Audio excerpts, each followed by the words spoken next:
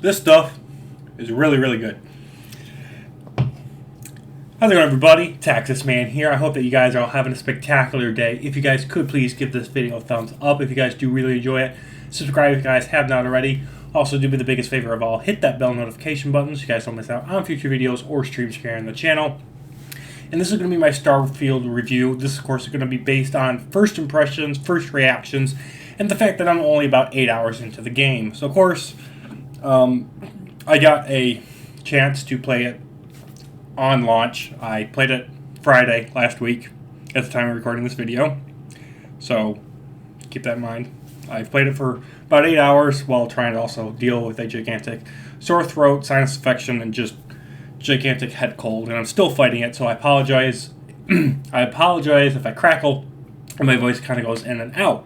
But I wanted to talk about 5 things that I have enjoyed about the game for the first 8 hours or so that I've played of it, and 5 things that I don't like about the game. So I also want to let you guys know I'm not going to be talking spoilers. I'm not going to go into the story, the main story, side quests or whatnot. That's what my other videos are going to be doing, and showing you guys me playing the game and some gameplay and whatnot. So that's going to be happening for the next several weeks, and so keep that in mind. So no spoilers. So first off, I want to talk about positives, and then I'll talk about negatives at the end of the video. And let me know, are you guys excited? You guys been enjoying Starfield? Why or why not? Let me know in the comment section down below. So starting off with the 5 things that I've really enjoyed with the game. First of all, there is always something to do. And that is a very good thing, because this is a gigantic open... It's not an open world game. It's an open universe game. And it's an RPG/looter shooter, but it focuses a lot on the RPG mechanics. There is some looter shooter mechanics like Destiny and Division and Anthem and stuff like that in here, but it's not a gigantic focus. It is an RPG at its heart. So there's always a main quest to do. There's always a side objective to do. There's always, when you're logging in, there's something new to do. Unlike things like Destiny 2, where you're like, oh, I'm going to run this strike that I've run for the past 9 years again. You always have something fresh and innovative and fun to do within the game. Secondly, I like the fact that you have so many planets to explore, and every single planet that you go to, not only can you go to different points of interest, like an abandoned science outpost or just an abandoned outpost or a city, but you can literally land your ship anywhere on a planet, as long as it's not a gas giant like, Saturn. If it's a planet that you can literally land on and there's creatures or an outpost or something there, you can land on it. So if you wanted, you could land 3,000 miles away from your current objective. Wouldn't recommend it, because you'll spend forever walking and jetpacking to get to where you need to go.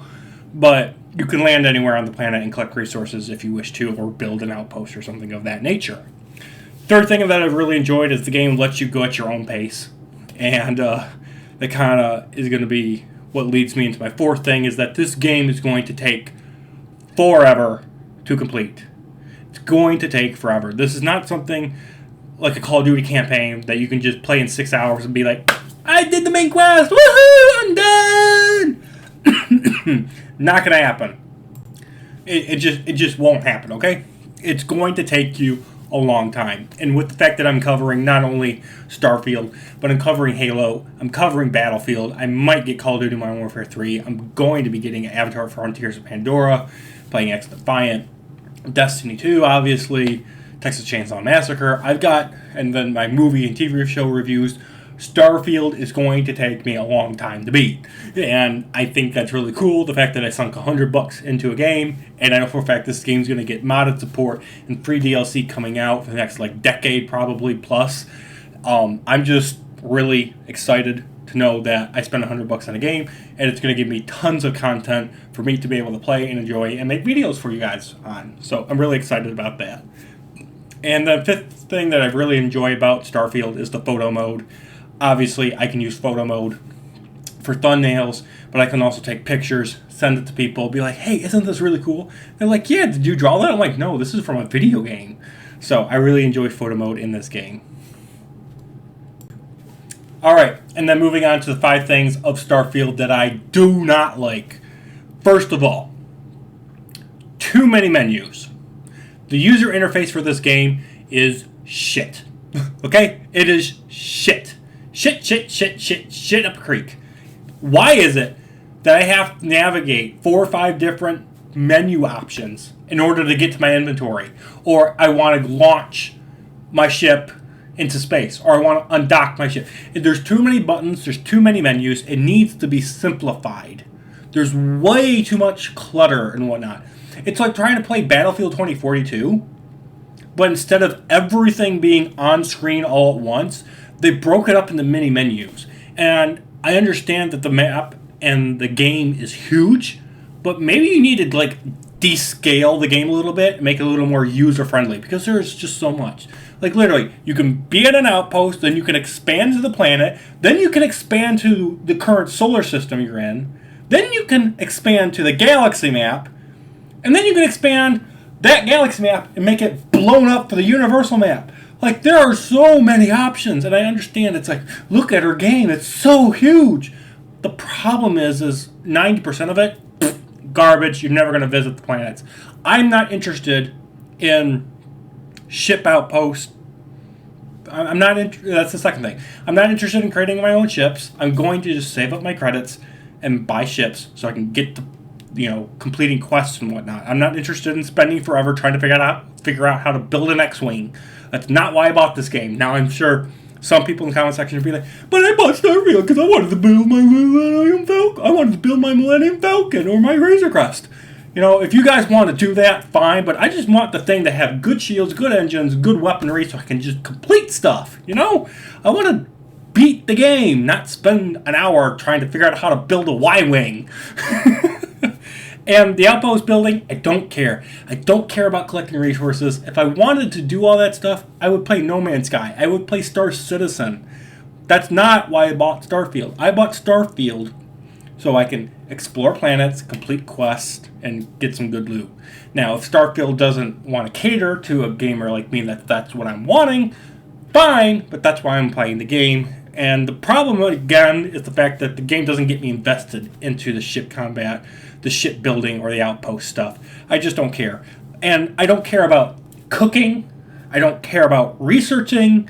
I don't care about all these little side activities that they have in the game that they try to force down your throat, basically.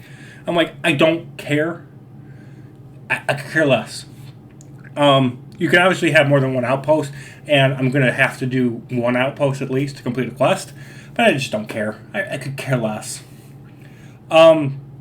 Thirdly, this game is riddled with bugs, it's riddled with glitches, and it has crashed. I have played this game for 8 hours, and it has already crashed on me. It crashed, it's sent me right back to my home Xbox. Thankfully, it hasn't uninstalled like past games that I've played in the past few years on my Xbox. It hasn't uninstalled automatically, so that's nice. But there are bugs, there are glitches, there's times where I'm talking to a character and other characters just like their faces get all mashed together. Or you're trying to talk to one character and a character just comes behind them. And it's like, why are you there? It's really confusing, it's really bad, and I don't like it.